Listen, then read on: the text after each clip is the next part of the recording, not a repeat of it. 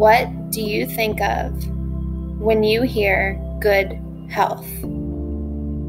Maybe a trip to the doctors, good and clean eating, or even exercising. What about mental health?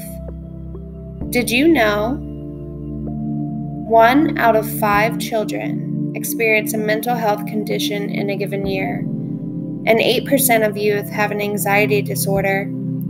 25% of high school students report feeling sad or hopeless, and 17% of high school students seriously consider suicide. And suicide is the second leading cause of death for ages 10 to 24. What if we could change those numbers? I met someone who posed this same question.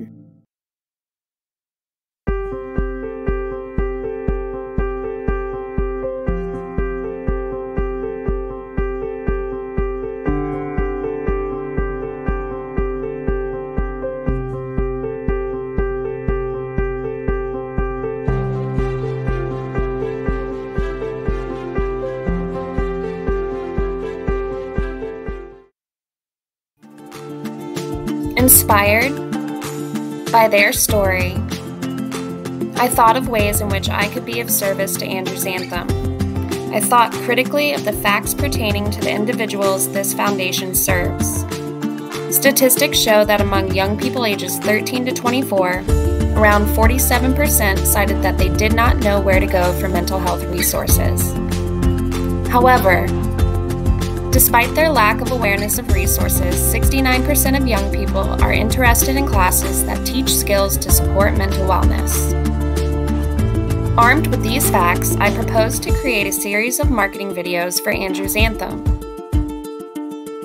to bring about awareness to the community of the foundation, why it was founded, what they do, who they serve, who can get involved. Together, Laura and I brainstormed ideas for the videos. Then I set out on digitally constructing the videos for Andrew's Anthem. Yes, there were some roadblocks, like finding the right video creation programs, learning how to use the programs in a short amount of time, and doubting the quality of my creations and questioning whether or not the videos aligned with the board's vision. But by communicating with the founder, harnessing a strong work ethic, and working through technical difficulties, the videos were completed. Take a look at what was created through teamwork and collaboration.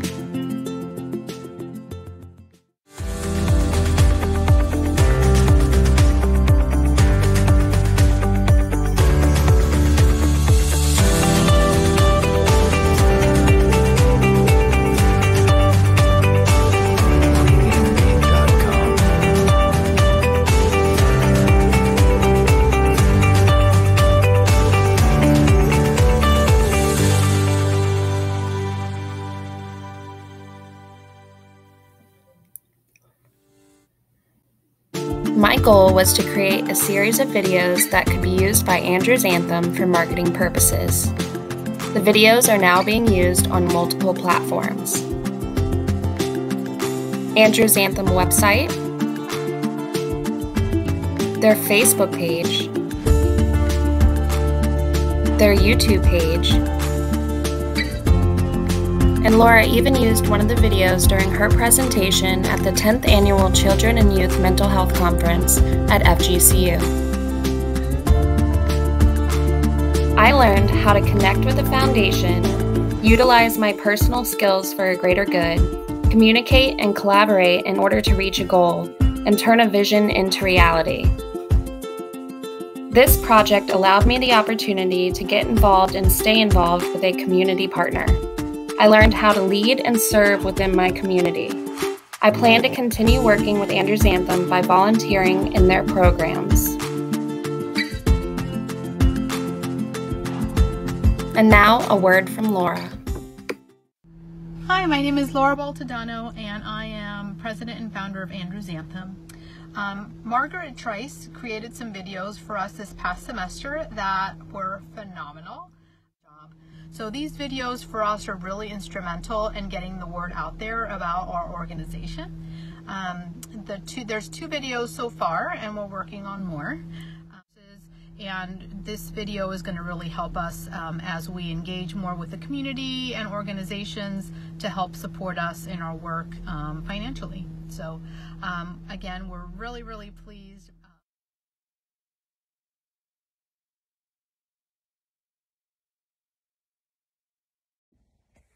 I'm Megan, and for our Civic Engagement Project, Gabby and I also decided to partner with Andrew's Anthem. Andrew's Anthem is a mental health movement dedicated to building a strong foundation of resilience and mental well-being in youth and young adults the ages 10 to 24 and their families. The community-based issue we chose to address was the mental health and well-being of teachers within our community during the coronavirus pandemic. The objective of our project was to make teachers in our community aware that we care about them and to let them know that we support them during these very different and difficult times. With the help of Andrew's Anthem, we were able to create 60 care packages for teachers at Lexington Middle School. Each teacher received a candle, a pair of socks, a water bottle, adult coloring pages with colored pencils, Epsom salt, a bath bomb, and a bag of candy. In each of the packages, we included an Andrew's Anthem pamphlet and a Revive flyer for a course that Laura will be hosting for teachers. The Revive course is a mindfulness course on learning to navigate difficult times using present moment awareness and self-compassion. This course will meet every Sunday via Zoom for 10 weeks beginning January 10th, and all teachers are welcome to attend. We did encounter a few bumps in the road. I reached out to multiple schools before we heard back from Lexington Middle School. It took about a week and a half to find a school that would accept the care packages. I don't know if this was due to COVID or what it was due to. And we also were unable to interact with any of the teachers that we donated the care packages to. Due to coronavirus, we were only able to hand off our packages to the assistant principal at Lexington Middle School, so that was a little bit disappointing. But overall, we were both very happy with the outcome of the packages, and the assistant principal even sent me some pictures of the teachers with the packages, and I'll put them after this video.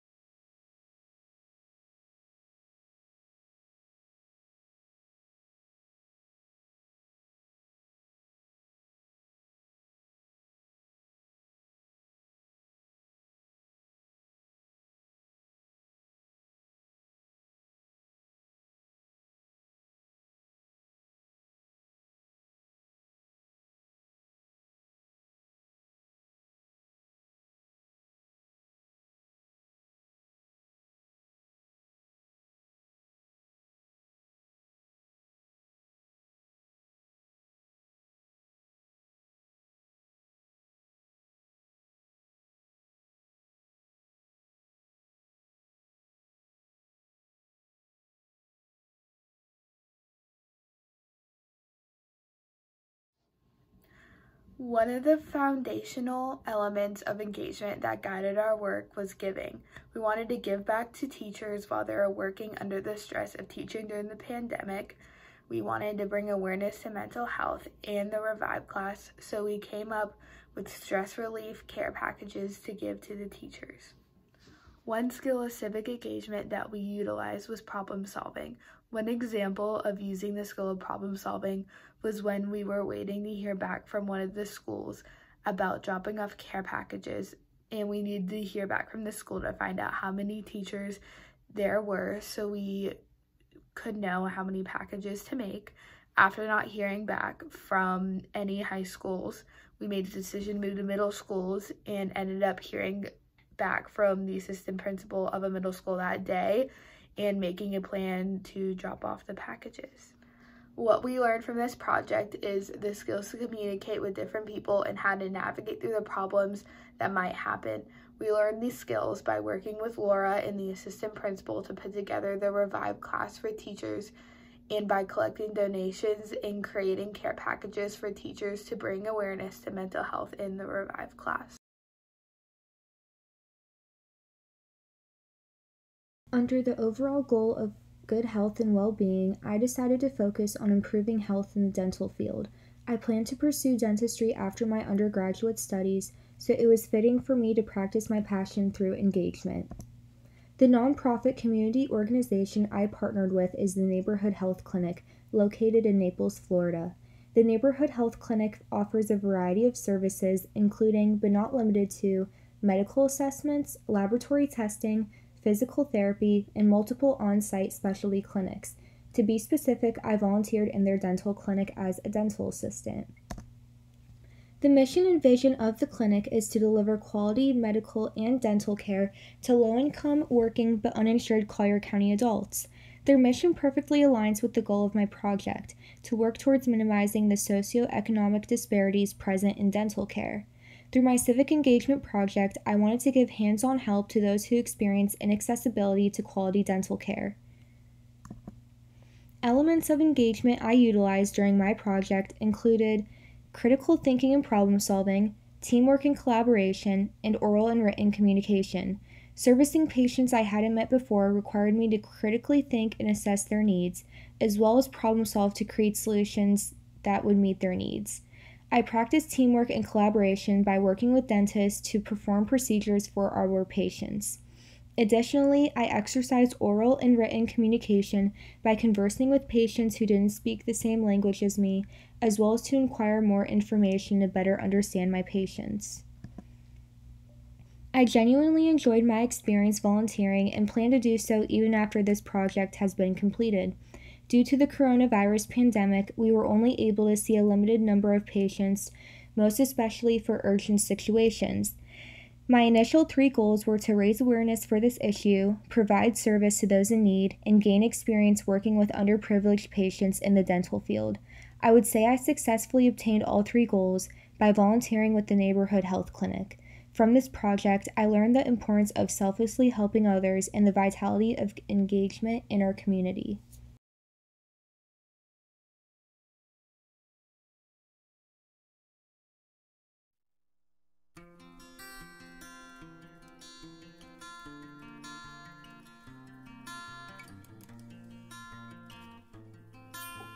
The current year, 2020, is anything but normal.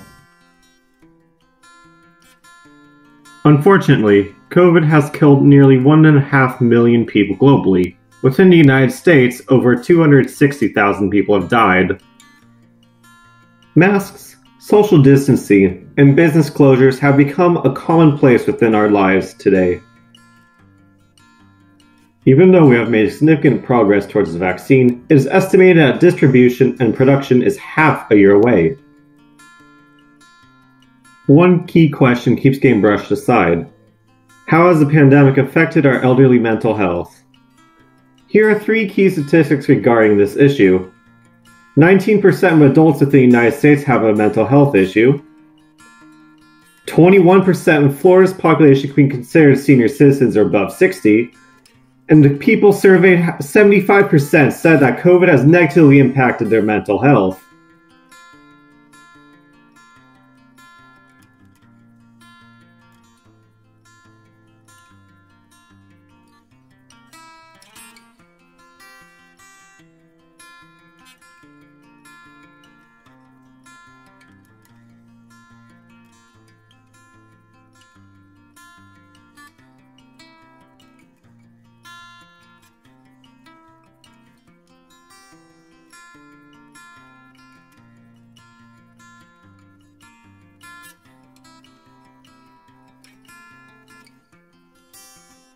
It is only fair to help the center.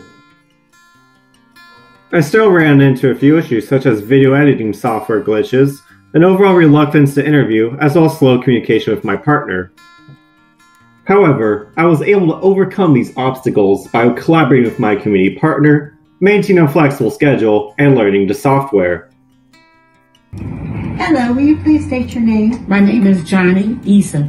Well, nice to have you, Miss Johnny. I have a few questions for you regarding the pandemic. Okay. Can you state your name for us, please? My name is Eva Kamish. All right, Eva, thanks for being here. I just want to ask you some questions. Can you state your name for us? Maddie Davis. Well, Maddie, thank you for coming in today. We're just going to ask you a few questions about the pandemic, okay? Can you state your name for us? Maisel John. Okay, Maisel, we're going to talk about sort of what the pandemic is doing and how people are feeling in mental health. This is just 4 of the people that were able to be interviewed. These are the faces of the elderly population that were impacted by COVID-19. I learned how to turn a basic, simple idea onto paper into a larger project. This project is a testament to the leadership and collaboration skills that I learned, especially considering that this was all conducted virtually. Finally, I was able to learn a unique perspective during this pandemic, the perspective of our elderly population.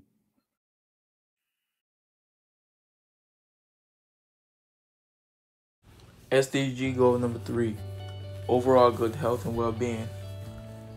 Individually, I decided to work with the YMCA. As I sat down with Margaret, one of the staff members in charge of volunteering, she really made an emphasis on cracking down on the overall cleanliness of the facility. So therefore, on Saturdays when I come in and volunteer, I was in charge of the sanitation duties. And those duties included sanitizing all equipments and providing members with a nice, spotless, and clean environment to trade in. Because of the effects of the COVID-19, the YMCA really decided to make it a top priority there is to sanitize the whole facility and keep it clean, whether items are being used or not. They wanted to provide folks with a very clean environment to come in and feel safe working out or training.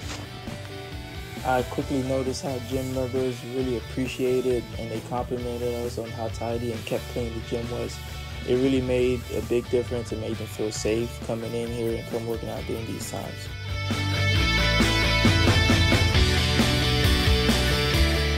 My name is Margaret O'Rourke, and I work at the Greater Naples YMCA as both a group exercise instructor and a member of the Fit Floor staff.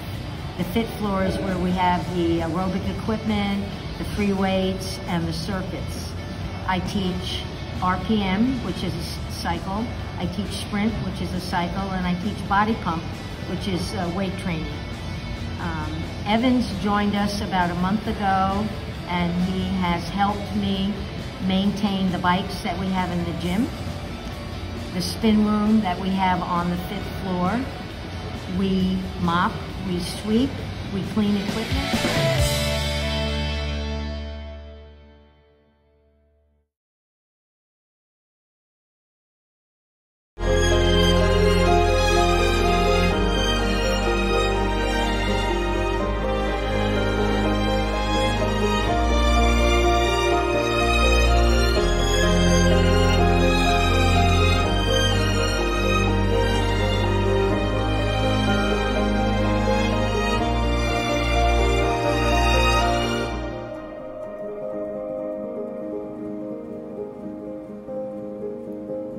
Why mental health in college students is extremely important. Did you know 35% of college students suffer from mental illnesses? And of those 35%, almost 100% of those students never receive help from anyone.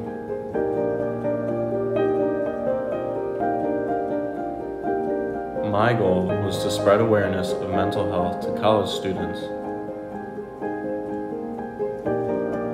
So I took things into my own hands.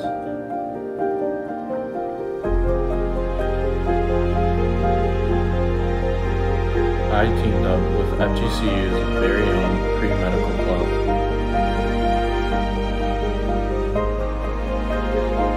Our mission was to spread the awareness of mental health to the students in the club. So that is exactly what we did.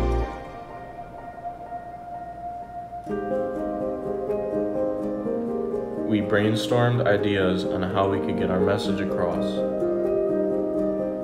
we decided that I would hold a meeting and present our ideas to those students in the club.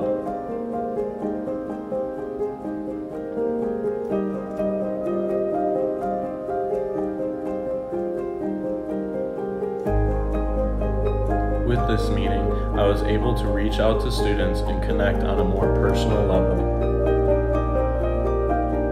I had tons of roadblocks along the way. Most of the organizations were not accepting work. Some of the skills I utilized were problem solving, critical thinking, leadership, and oral and written communication skills.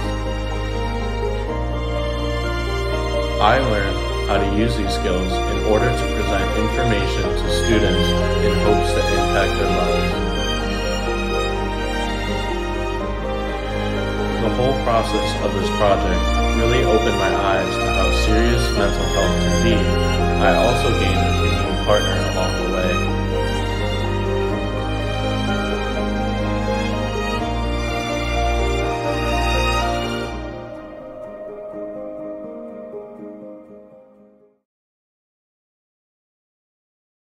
So my part of the Sustainability Development Goal number 3, good health and well-being, was as an aspiring psychiatrist, I chose to look at the stigma of mental health within the African American population, specifically those of the Christian faith. My parents are pastors. I grew up in the church my entire life. I am of mixed race. And so what I did was I decided to co-teach a course with First Lady Trice in regard to how the combination of mental health and Christianity can be cohesive and why it's important for those of us who do believe in Christ. So what we did was we took a month and a half and we went through a book called You're Already Amazing, Embracing Who You Are, Becoming All God Created You to Be, which is a book by a pastor's wife who's also a licensed mental health counselor. Her name is Holly Girth. And what we did was we took each chapter of the book week by week and we really sat and delved into the mentality and the belief system of how to combine Christianity and mental health into one big pie so that we can eat it and be happy. So what I did was, my portion of it was, I found a scholarly article in regard to clergy and other Christian leaders, their mentality and their thoughts on mental health and serving God as well. And within that article, there were 3 surveys, demographic surveys in regard to attitudes towards seeking professional mental help. And so I split the class into 4 age groups, and I administered those surveys. This one is just a little, it doesn't have any identifying information on it, but you can kind of see what the surveys entail. And so what it did was it went through a process of asking them on a Likert scale a list of different questions, and this is an actual student from the class's survey. And so what it did was it went through a process of asking certain questions about their attitudes overall in regard to seeking mental help. And then there was another survey that actually asked them questions specifically pertaining to seeing a therapist, a psychiatrist, a psychologist, anyone within the mental health profession. And what it did was it kind of, we did a before and after, so we did one at the very beginning of the course and we did one at the very end of the course. And amongst the 4 age groups, what I learned is that each age group thought their perspective of mental health was kind of relative to the environment in which they came from. And so the younger population, the younger age group, which includes myself, we all kind of had the thought that seeking mental health was okay. And we were able to believe in God and science, and we were able to see Jesus and a therapist at the same time. That was our overall mentality. And then the middle group was kind of on the fence about it because they felt more so like, you know, they were saying that God wasn't capable or couldn't do. And then the older group was just like, nope, if God can't do it, then it can't be done.